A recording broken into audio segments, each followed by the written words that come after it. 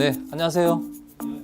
네, 정식으로 인사드리겠습니다. 저는 한국금융보험학원 원장 배민영입니다.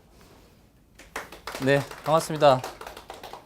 제가 이렇게 새롭게 학원을 개원해서 첫 강의를 하게 됐는데요. 제가 올해 이제 2016년 시즌 강의 끝나고 5개월여 만에 다시 이렇게 또 강단에 서게 됐습니다. 그래서 올해 한 해 아주 바쁘게 한 해를 보냈어요. 그래서 또 보람 있는 한 해였고요.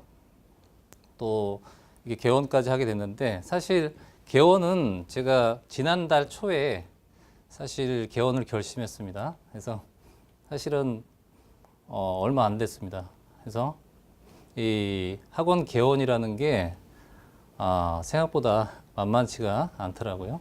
그래서 한 달 동안 무척 고생했는데 여러 가지 일들이 많았는데 그런 것들을 동시다발적으로 추진을 해서 이렇게 개원을 하게 됐습니다. 그래서 여러분들도 이제 2017년 이제 수험 준비를 시작하시는 분들이신데 수험 공부하시는 여러분들도 2017년도 체계적인 계획을 세우셔서 그런 것들을 단계적으로 실행하는 추진력이 필요합니다. 예. 원래 학원 개원이 한 달 만에 안 되는 거예요. 제가 봤을 때 안 되는 것 같아요. 근데 안 되는데 되게 했습니다. 그래서 그렇다고 뭐 제가 학원 개원을 한 달에밖에 안 됐지만 어떤 뭐 계획도 없이 즉흥적으로 한 건 절대 아니고요. 예.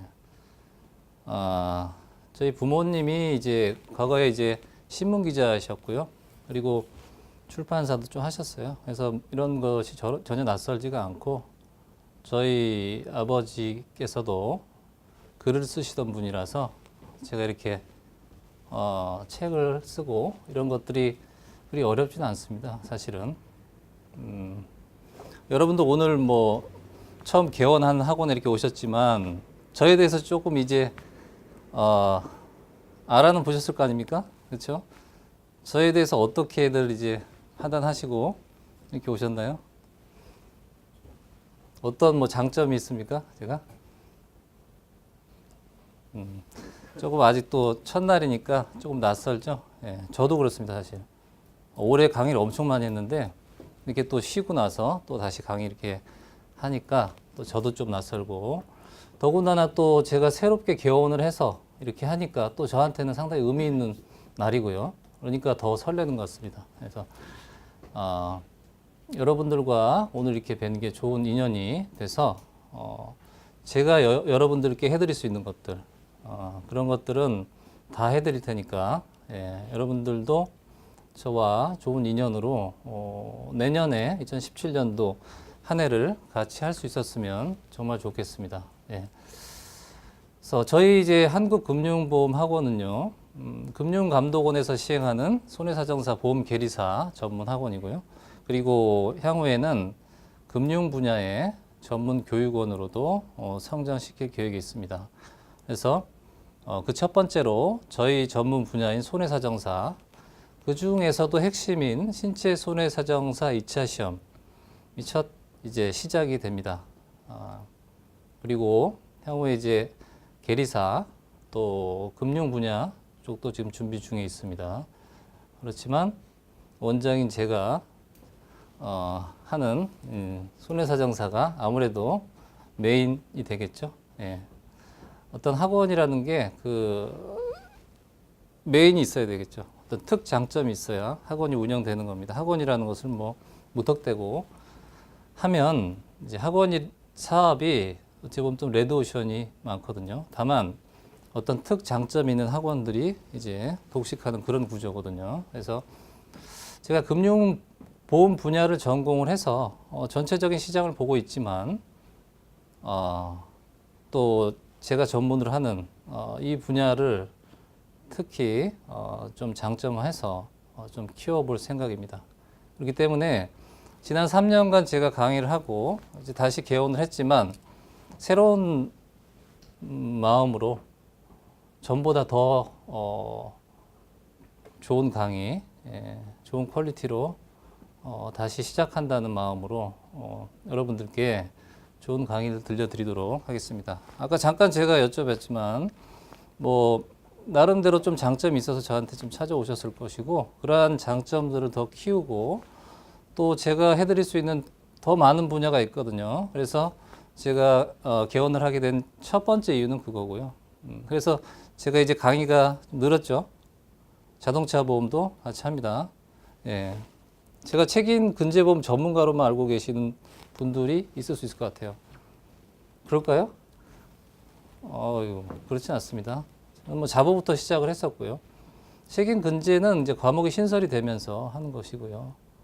책임 근제만 잘할 거다 이런 생각 가지실 필요 전혀 없습니다. 예, 책임 근제는 제가 이제 일종 사정사로서 일반 보상 팀장을 했었어요. 그러다 보니까 재물, 대인 대물, 신체, 그렇죠? 그리고 뭡니까? 산보험 쪽도 다 했고, 근데 그 전에 처음은 자보부터 시작을 했었어요. 예. 이 때문에 근본 시작은 그쪽부터 했었기 때문에, 다만 저는 다 해본 거죠. 사실 이종 업무도 해봤습니다. 그래서 모든 종별 업무를 다 해본 사람이에요. 그게 사실은 가르치는 데에서는 뭐 제 자량 같지만은 장점이 있습니다.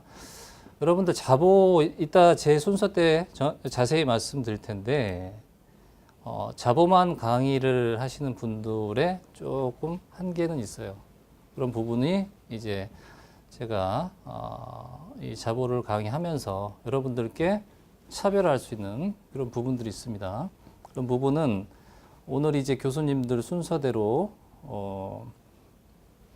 각자 이제 자기의 강의 계획을 이제 설명해 주실 텐데, 마지막에 제가 하도록 하고요. 그래서 일단 서두에 제가 이제 인사를 드리는 것이고, 그리고 이제 시험 이제 2017년도 준비하시는 데 있어서 이 시험 플랜 말씀 수험 준비 플랜을 세워야 되겠죠. 했을 때 우리 과목이 이제 4과목이지 않습니까? 그래서 혹자는 이제 과목이 늘어서 동차 합격하기가 좀 어려운 시험이다 이런 분들도 좀 있으신 것 같아요. 근데 여러분들은 어떻게 생각하세요? 그런 것 같습니까?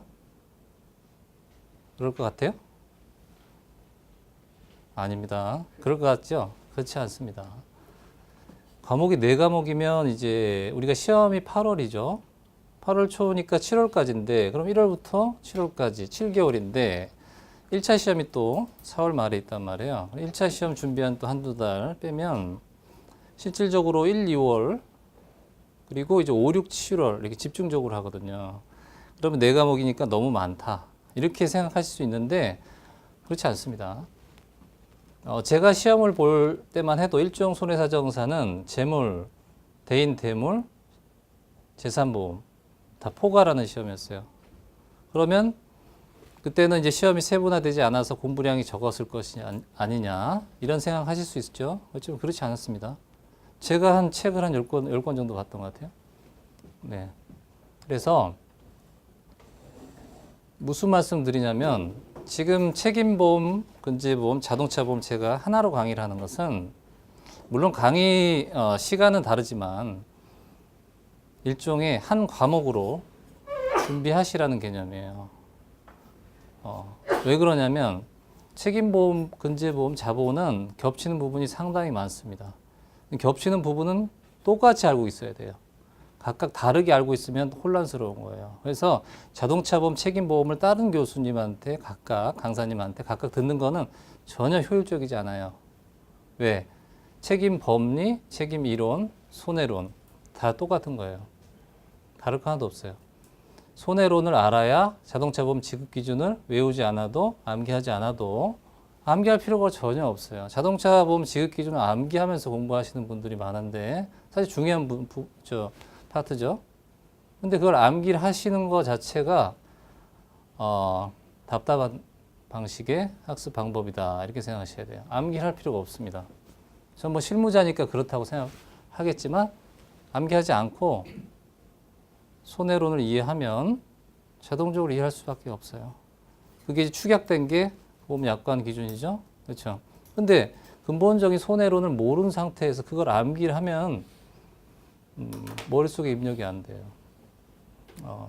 그리고 제가 책임근제보험 강의를 3년 동안 했지만 그동안 제가 강의를 할 때도 항상 그랬습니다. 이 책임보험, 근제보험, 자동차 보험도 마찬가지고요. 절대 이걸 암기 과목으로 생각하시고 공부하시면 안 되죠. 이건 100% 이해 위주의 과목이 됩니다. 일단 법이니까. 법은 여러분들 법이 쉽다고 생각하시면 정말 잘못된 거예요. 법은 법대로 적용되는 사례가 별로 없어요. 법조항을 보면은 법조항대로 실제로는 적용되는 사례가 별로 없다고요. 대표적인 게 자동차 보험, 책임보험에서 중요한 법조항이 민법 756조 사용자의 배상 책임입니다. 근데 그 사용자의 배상 책임을 제대로 알고 계신 분들이 별로 없어요. 사용자 배상 책임 그 하나만 가지고도 1시간 동안 강의를 해야 돼요. 왜? 그 법조항이 그대로 적용되지 않아요. 완전히 다르게 적용되거든요. 근데 특히 자보 강의하시는 분들이 사용자 배상 책임 보험을 잘못 가르치고 계세요. 나중에 제가 잠깐 언급하고 강의할 때는 자세히 해드릴 텐데, 근데 사용자 배상 책임 보험을 제대로 이해하고 있으면 책임보험, 자동차 보험을 이해하는데 아주 쉬워요. 그리고 반드시 이해를 해야 돼요. 그게 시험 문제 그대로 나오지 않더라도 자배법을 이해하기 위해서도 사용자 배상 책임 보험을 제대로 이해해야 됩니다. 예. 자배법과 민법을 비교할 때 자배법은 조건부 무과실 책임주의, 민법은 과실 책임주의 이렇게 돼 있죠. 근데 과실 책임주의입니까? 민법이? 민법 756조는 750조는 과실 책임주의죠. 756조는 과실 책임주의입니까? 혹시 아시는 분 계세요? 과실 책임주의 아닙니다. 자, 과실 책임주의는 무슨 의미예요? 피해자에게 과실이 있는 경우죠. 일단 그 법조항 자체가 피해자에 대한 과실이 아니고 사용자가 피용자에 대한 선임 감독상의 과실이에요. 그런 면에서도 그렇고, 그럼 그 선임 감독상의 과실, 그 면책 항변이 인정이 되느냐? 됩니까? 안 됩니까? 혹시 실무자들 하신 분들 계시면? 사용자 배상 책임보험 면책이 적용됩니까? 왜 안 되겠어요? 선임 감독상의 과실이라는 게 아주 추상적이잖아요. 좀 처음부터 좀 많이 나가서 조금 혼란스러워 하시는데 상당히 중요한 거예요. 책임보험, 근제보험, 자동차 보험을 접근할 때 법리를 이해하지 않고 약관을 보고 사례 문제를 풀겠다 이렇게 하는 것 자체가 어리석은 방식이라고요. 힘들어져요. 계속 꼬이는 거예요. 계속. 공부하는데 순서가 있다고요. 너무 처음부터 제가 어렵게 나갔어요. 그죠? 그래서 쉽게 생각하고 법을 쉽게 생각하고 이렇게 대충 이렇게 겉핥기식으로 접근하면 보면 약관 들어가서 어려워지는 거예요. 나중에 사례 문제 풀 때 골치 아픕니다. 그래서 어려운 거예요. 그래서 제가 저는 항상 강의할 때도 그런 그 법리부터 이론, 약관, 실무, 사례 문제 이게 체계적으로 연계되도록 그걸 해드리는 거예요. 저는. 나머지는 여러분들 책 보고 하시면 돼요. 제 책이 잘 정리되어 있지 않습니까? 그렇죠? 그렇죠. 그러니까 그 책을 내가 흡수할 수 있도록 그런 강의를 해드리는 거예요. 그렇다 보니까 다른 강사분들 강의랑 좀 다르거든요. 그게 이런 한간에 이런 얘기가 있는데 강의가 너무 어렵다. 제가 보험사 강의를 다 제가 하고 있거든요. 보험사 강의하면 거기 담당자 또 거기 직원분들 이렇게 다 이렇게 알아보죠.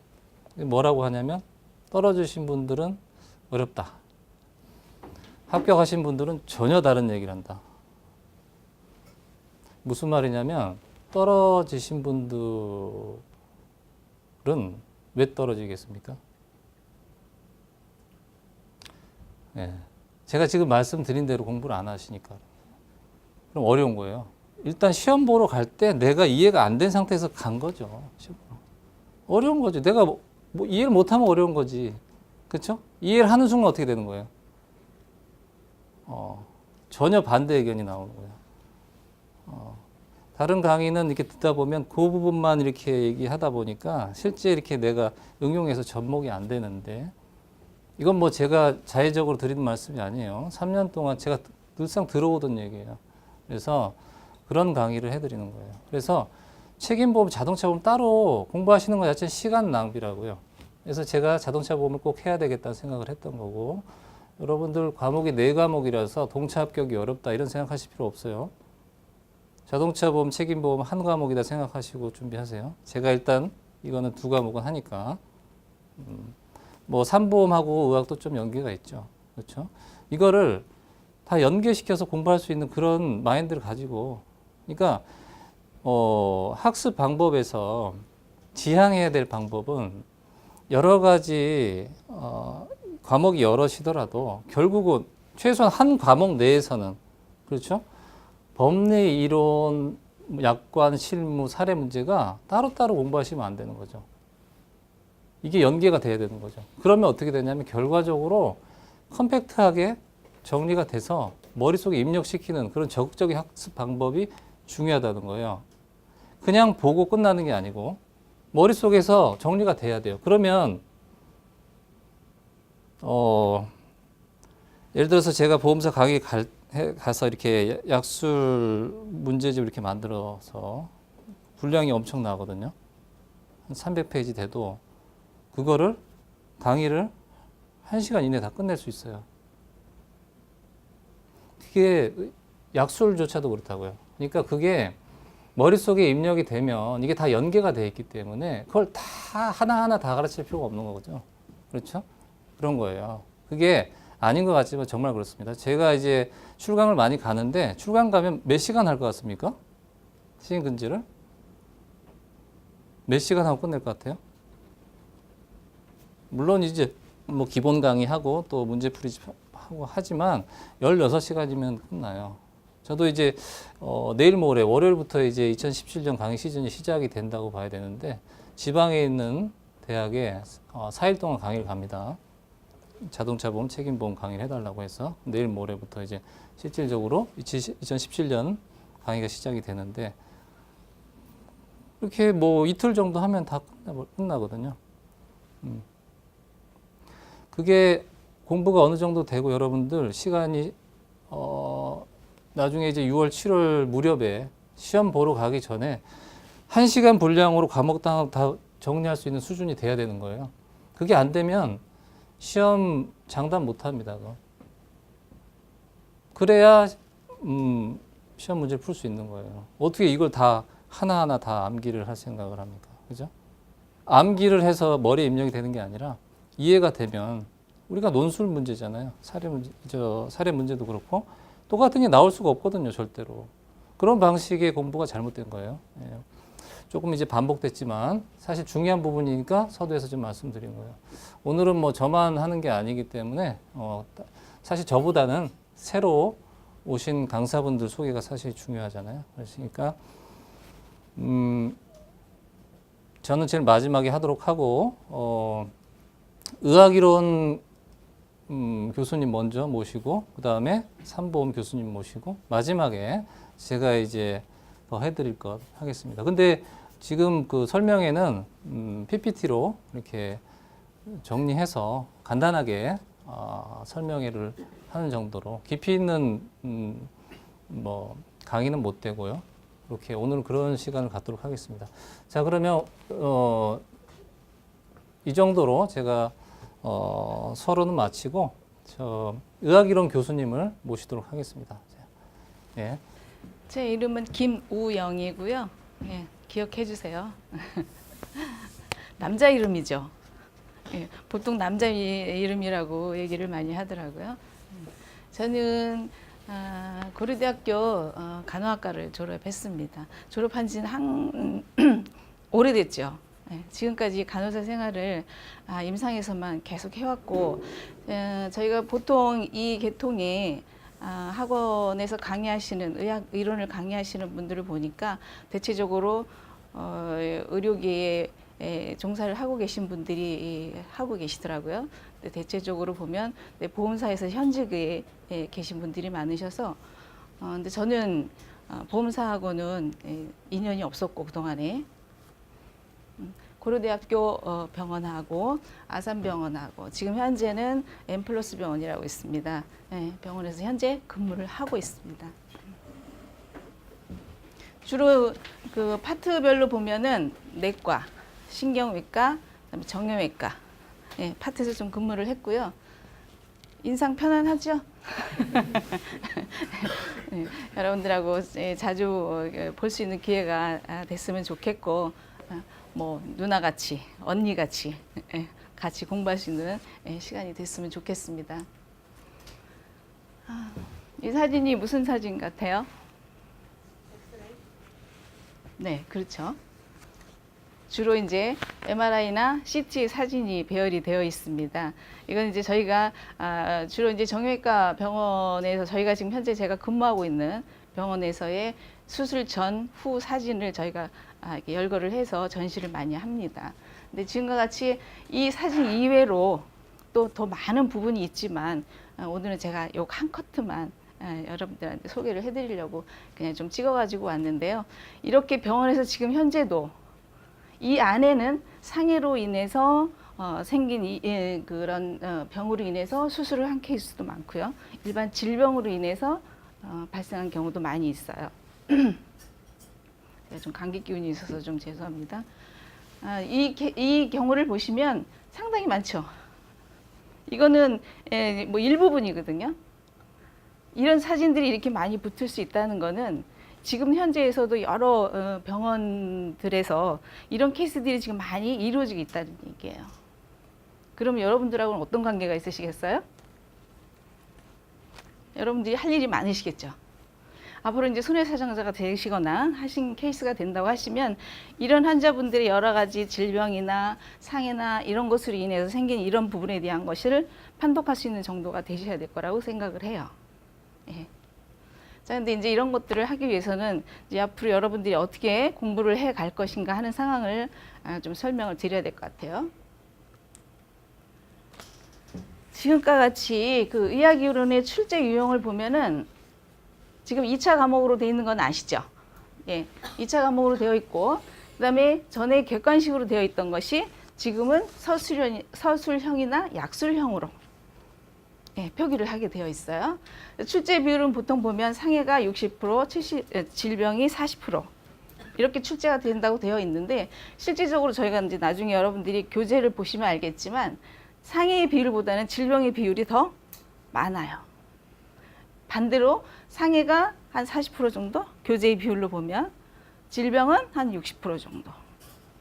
근데 실질적으로 보면은 출제 비율은 상해 파트가 더 많이 나온다는 거죠. 그러면 어떻게 공부를 해야 되겠다 하는 방향이 쓰실 거예요. 그렇죠? 그다음에 총 10문항이에요. 100점 만점에 10문항인데 한 문항에 몇 점이겠어요? 10점. 그렇죠. 10점인데 10점을 그대로 한 문항에 10점이 아니고 한 문항에 문제의 배열이 쭉 있으면 그거를 또 2점, 3점으로 또 나눠요. 예. 그래서 한 문제가 다 틀린다고 하더라도 다 틀리는 게 아니라 그 내에서 2점, 3점을 얻을 수 있는 부분이 있다는 거죠. 예, 그렇게 이해하시면 될 것 같고요. 수험 시간은 90분, 맞죠? 안 맞나요? 예, 맞죠. 그동안에 공부를 해보신 분이 계신가요? 여기 계신 분들은? 아, 그러세요? 예.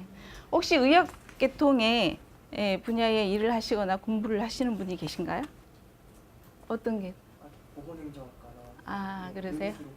아, 그랬어요? 아, 예. 자, 의학 이론을 공부를 하셔야 되는데 어떤 방법으로 공부를 하셔야지 좀 더 쉽게 접근을 해서 빨리 합격을 하실 수 있는 방법이 있을까? 제 나름대로 조금 생각을 해봤는데요. 이 방법에 대해서는 뭐 열심히 하는 것밖에 없어요, 사실은. 근데 무조건 열심히 한다고 되는 건 아니니까 우리가 좀 요령을 좀 터득을 해봐야 되지 않을까 하는 생각을 했어요. 그래서 일단은 저희가 이제 1월, 2월 내에 이제 기본 강의를 하게 되거든요. 이 부분에 있어서 반복적으로 여러분들이 좀 학습을 하시는 상황이 필요하다. 여기에서는 학습하실 때 주로 인체의 어떤 해부학적 구조나 또 의학의 어떤 용어들이나 이런 부분을 여러분들이 많이 접하시게 되실 거예요. 이런 부분 없이 나중에 핵심 강의에 가서 잘하면 되겠지 하는 부분만 가지고 가신다고 하시면 나중에 공부하시기 엄청 어렵겠죠. 일단 알아들을 수가 없어요. 용어 자체를 얘기를 해야 되는데 저도 공부를 하다 보니까 저는 이제 주로 이제 의학 용어의 영어 상황을 많이 이렇게 얘기를 하거든요. 한국말로 풀어서 하려고 그러면 너무 어려워요. 외우기도 더 힘들어요. 저도 그런 상황을 외워야 되는 상황이 있어요. 그래서 여러분들도 이걸 전부 그 핵심 강의나 문제풀이나 이런 거 할 때 한꺼번에 하시려고 생각하면 너무 어려우세요. 그러니까 지금 당장은 못 외우신다고 하시더라도 조금씩 이해해 가면서 자꾸 반복적으로 보시는 게 필요하다 하는 생각을 해봅니다. 그 다음에는 그 질병이나 그 이제 상해에 대한 부분이 이제 저희가 두 파트로 나눠서 공부를 하게 되는데 일단 질병 위지 학습에 들어가셨을 때 요 기전을 통해서 죄송합니다. 요 기전을 통해서 좀 공부를 하셔야 될 것 같아요. 요 기전을 통해서 공부를 하시게 되면은 시험 보시는데 크게 지장 없으세요. 어떠한 질병에 대해서 한 가지 나오면 일단 질병 진단명, 그다음에 그 진단명에 따른 정의나 상해의 발생 기전을 알고 증상을 알고 검사 방법 알고 치료하고 그다음에 그에 따른 합병증이 어떻게 되고 요 기전에 대한 내용을 나눠서 이렇게 공부를 하시게 되면 문제 이렇게 대답 쓰시는데 크게 어려움 없으실 거라고 생각을 해요. 쉽게 여러분들이 아프시면 병원을 가잖아요. 그렇죠? 병원을 가시면 의사하고 먼저 뭘 해요? 진료를 보시잖아요. 그죠? 진료를 보시는데 여러 가지 많은 질문을 하게 되죠. 의사는 신이 아니거든요. 그냥 알 수 없어요. 그러면 여러 가지 자료를 통해서 일단 기본적으로 이거는 어떤 병인 것 같다 하고 예상을 하거든요.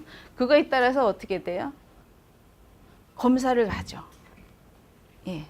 그 검사가 끝나면 그 검사의 그 검사 결과에 따라서 치료를 하게 돼요. 치료 후에는 거기에 따라서 합병증이 있을 수도 있고 없을 수도 있고 하지만 있는 부분에 대한 거는 우리가 꼭 기억을 해야 한다 하는 부분. 예.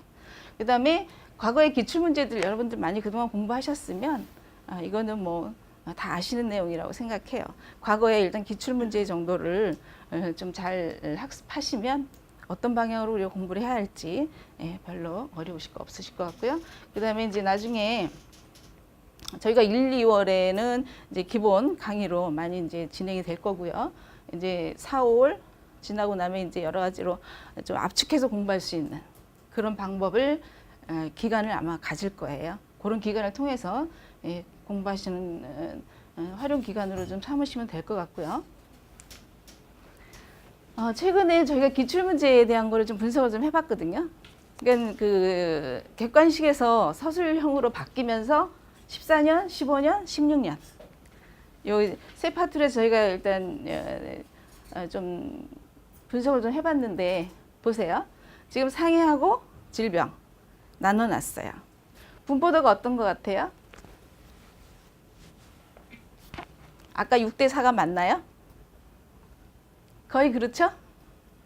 예, 거의 6대 4는 맞아요. 근데 지금 2014년도에 보면 골절에 대한 이게 이제 여러분들이 앞으로 공부를 하시게 될 아이템들이에요. 거기서 보시면 골절에 대한 거는 2004년에도 나왔고 2015년, 2016년 다 나왔어요. 그럼 어떻다? 매우 중요한 파트죠.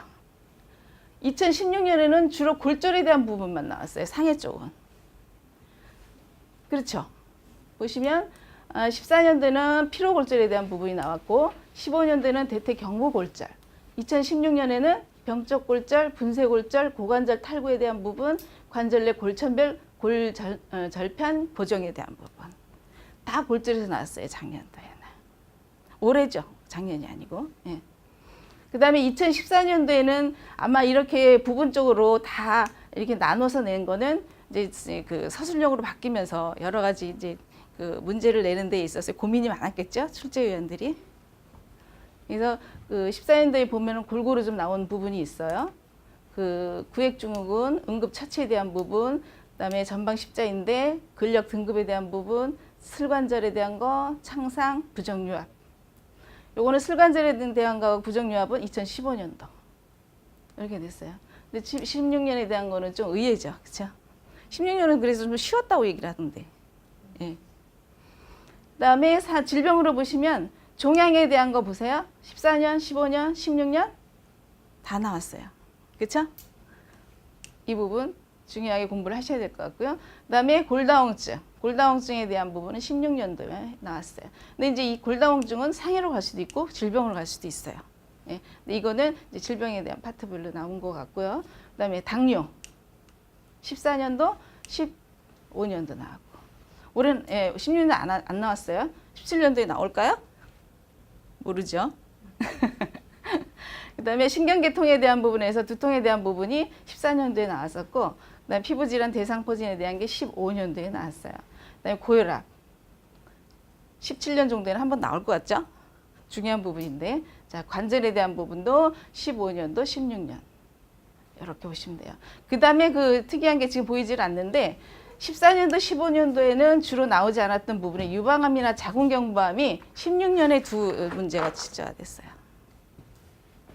16년도에 보시면 유방암, 자궁경부암, 15년도에 이 부분.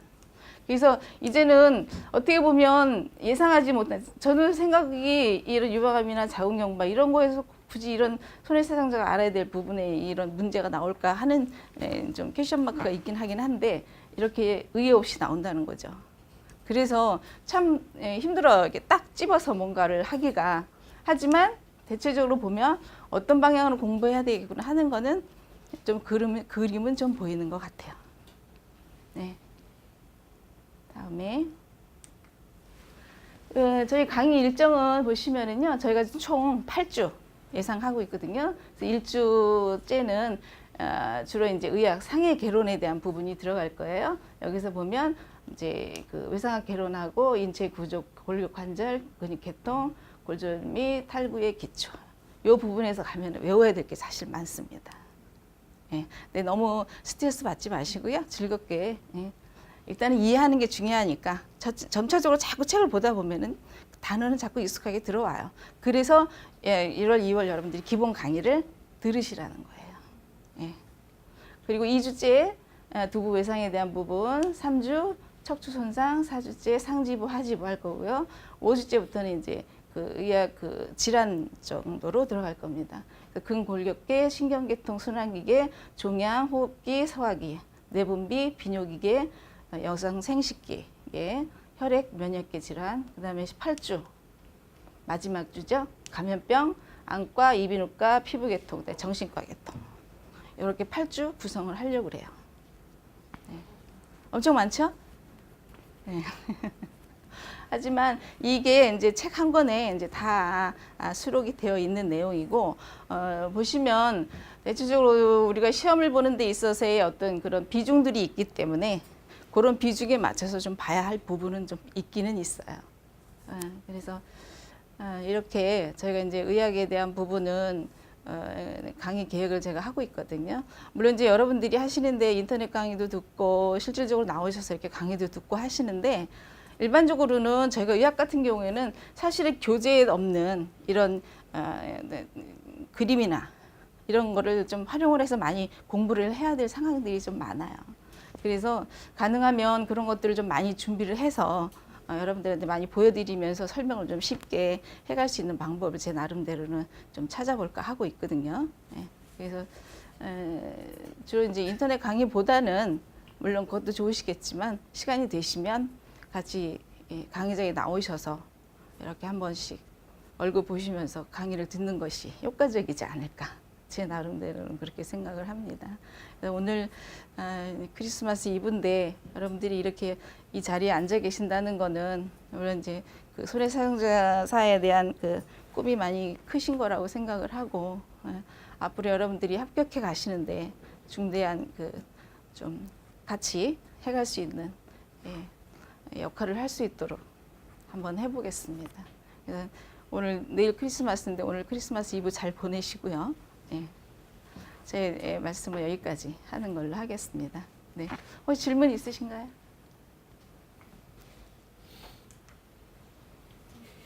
없으신가요? 네. 메리 크리스마스입니다. 안녕하세요. 반갑습니다. 네, 저는 재산보험 과목을 맡게 된 윤금옥이라고 하고요. 저는 이제 2004년도에 처음에 이제 보험사 입사를 해서 중간에 이제 그 서베이 근무하다가 이제 그 현재는 천율 손해사정에서 독립 손해사정 업무를 하고 있습니다. 현업에서 지금 일을 하고 있는 만큼 제가 이제 기존에 여러분보다 조금은 더 일찍 공부를 시작을 했고 그런 수험 과정에서 느꼈던 그런 요령이라든지 또는 이제 현재까지 실무로 이어지면서 좀 더 도움을 드릴 수 있는 그런 자리가 될 수 있을 것 같습니다. 그럼 요령에 대해서 제가 지금부터 간단하게 말씀을 드릴게요.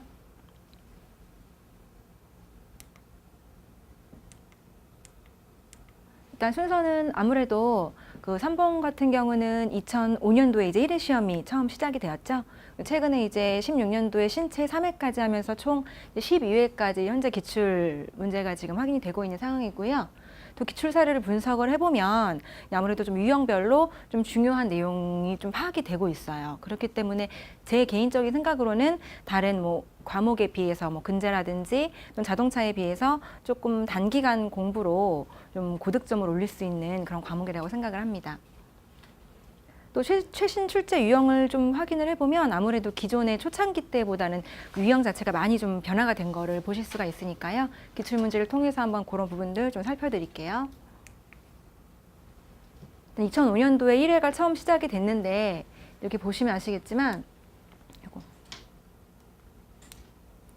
예, 좀 초창기에는 아무래도 간단하게 그 문제 유형이 좀 계산형과 약술형 두 가지로 구분이 되고 있는데 초창기엔 아무래도 이렇게 의료비라든지 후유장애와 같은 계산 문제 간단하게 그런 간단한 의료비 후유장애 위주로 좀 출제가 되었었고요. 또 이제 약술형 같은 경우도 사실은 한 가지 주제를 가지고 좀 광범위하게 서술형, 논술형으로 작성하는 그런 문제들이 좀 주를 이루었습니다. 뭐 예를 들자면 뭐 암의 정의에 대한 구분을 하는 것들 또는 이런 면책사유 관련된 것들 또는 이렇게 특약 관련해서 전체적으로 좀 서술을 하는 그런 간단한 형태의 문제들이 출제가 많이 됐었고요. 2008년 들어가면서부터는 이제 그 계산 문제에서 처음으로 상속 문제가 출제가 되었습니다. 상속 같은 경우는 2015년까지도 지금 뭐 2년 또는 3년에 한 번씩 좀 간헐적으로 출제가 되고 있기 때문에 이번 시험에서도 좀 간과해서는 안 되는 그런 부분이라고 보시면 되겠고요. 또 이제 그 2008년도부터는 내용 중에 일반적인 뭐 약관이라든지 그런 내용도 물론 포함이 되어 있지만 뭐 포괄수가제라든지 또 이렇게 실무적으로도 약관상 이외의 내용도 사실은 포함이 많이 되기 시작을 하였습니다.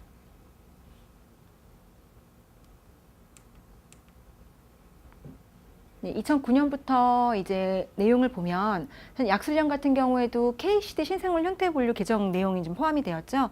역시도 실무적인 내용으로 약관만 아마 보셨던 분들 같은 경우는 굉장히 당황을 했을 만한 그런 문제들이 좀 구성이 되어 있었고요. 2010년부터는 암보험 급부별로 진단비, 수술비, 입원비 각각 예를 들어 하나의 사례를 놓고 각각의 급부별 계산하는 그런 문제가 수록이 되었고 최근까지 역시 굉장히 중요하게 인식을 되고 있는 그런 부분이라고 볼 수 있습니다. 지금 가장 최근에 좀 이슈가 되는 부분들은 사실은 2012년도부터 문제가 상당히 좀 많이 분류가 되었죠. 기존에는 간단하게 뭐 배점 자체가 10점, 15점 큼직큼직하게 됐었다라면 12년도부터는 사실 굉장히 좀 점수가 세분화되고 문제 유형도 굉장히 세분화된 걸 볼 수가 있는데 예를 들자면 하나의 사례를 주고 그 사례 내에 계산 문제랑 약술 문제가 혼합이 되어 있는 형태가 많습니다. 그러다 보니 단순한 암기 위주보다는 실질적으로 실무적으로 어느 정도는 이해가 돼야지만 풀 수 있을 만한 그런 문제들이 많이 구성이 되어 있다 보니까 이제 기존에는 암기 위주로 공부하셨던 좀 학생들께 유리했다면 이제 최근 추세는 아무래도 실무를 현재 경험하고 계신 분들께서 좀 유리할 수 있도록 그런 식으로 출제 경향이 많이 바뀌고 있습니다.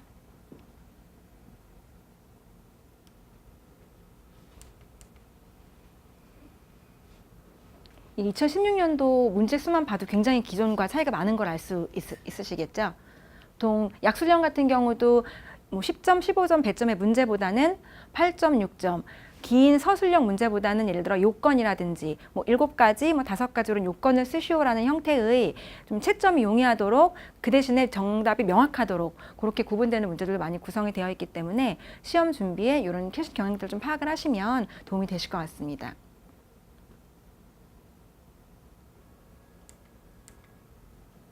앞서 이제 말씀드렸던 기출문제를 좀 분석을 해보면 사실 재산보험은 각각의 유형별로 좀 중요도가 어느 정도는 눈에 들어오게 돼 있습니다.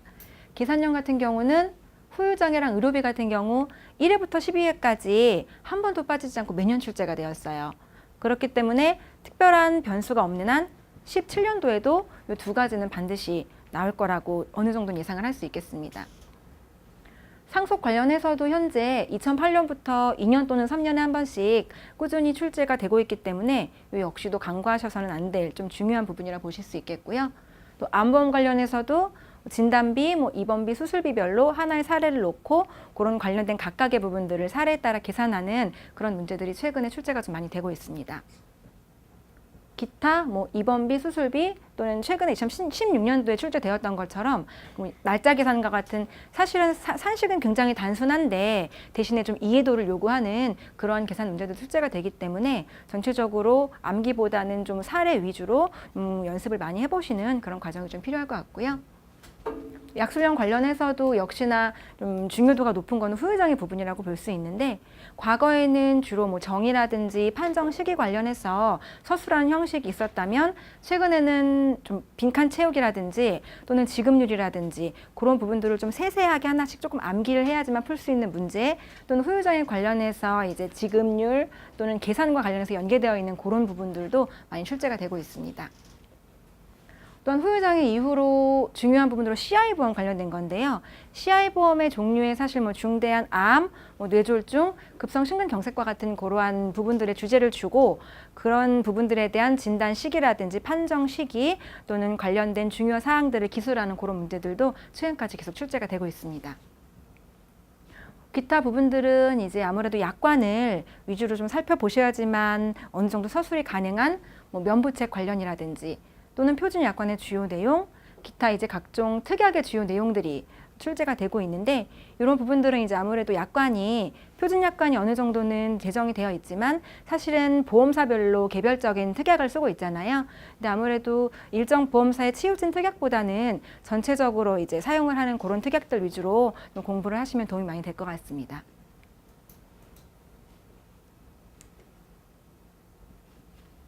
재산보험 같은 경우는 이제 최근 출제 경향만 좀 살펴보아도 단순 암기보다는 사례 분석형으로 기출이 많이 되고 있습니다. 그렇기 때문에 이제 단순히 약관 암기라든지 그런 부분들보다는 사례 위주의 문제를 많이 접해보시는 게 좀 필요할 것 같고요. 지금 최신 문제를 보아도 일문일답 형식이 아니라 이제 하나의 사례를 통해서 계산과 또 약술 문제가 함께 출제가 됨으로써 이제 이해도를 전체적으로 평가하는 방향으로 흘러가고 있기 때문에 그런 부분들을 좀 중점적으로 봐주시면 좋을 것 같습니다. 또한 이제 무엇보다 중요한 게 사실은 답안 작성하는 요령인데 이런 부분들 같은 경우도 어느 정도 내가 많이 알고 있다고 해서 사실 옮겨 적을 때 좀 그런 부분들이 잘 안 되는 부분들이 되게 많은 걸로 알고 있어요. 근데 사실은 요 시험 같은 경우는 2차 시험 같은 경우는 특히나 이제 목차 잡는 게 절반이라고 볼 수 있습니다. 그러다 보니까 이런 약술형 또 사례형 계산형별로 본인한테 조금 맞는 편안한 방법의 목차를 먼저 잡는 연습을 좀 해주시면 좋을 것 같고요. 또한 그런 부분들은 각각의 문제 형태마다 어느 정도는 틀이 잡혀 있는 게 있다 보니까 그런 부분들은 저희가 이제 강의를 통해서 조금 더 자세하게 쉽게 좀 안내를 드릴 수 있도록 그렇게 할게요. 또 저희가 또 과목이 이게 사실은 어떻게 보면은 학문적인 과목은 사실은 아니잖아요. 그러다 보니까 어느 정도는 실무라든지 또는 약관 위주로 좀 간결하게 장황한 긴 설명 대신에 좀 핵심적인 내용 위주로 정리를 한다면 좀 3번 과목에서는 고득점을 할 수 있는 그런 좋은 결과를 받으실 수 있을 거라고 생각이 됩니다. 네. 제가 준비한 자료는 여기까지고 제가 사실은 3번 과목 준비하면서 이제 어느 정도는 고득점을 올릴 수 있다고 말씀드렸던 게 다른 과목에 비해서 상당히 요령이 좀 필요하고 전략이 필요한 과목이라는 생각이 듭니다. 그런 부분들은 제가 사실은 교재를 통해서도 그렇지만 기타 제가 이제 실제로 업무를 하면서 이제 준비를 했던 그런 판례라든지 또는 이제 여러 가지 사례 그런 부분들은 정말 제가 이 3범 쪽으로는 굉장히 많이 자료를 준비하고 있다고 생각을 하거든요. 그래서 실무와 함께 연계를 해서 실질적으로 여러분들께서 이제 수험 생활은 물론 실무에서까지도 연계될 수 있도록 그런 강의를 한번 진행해 보려고 하니까 1월 강의에서 좀 많이 얼굴 뵀으면 좋겠네요. 감사합니다.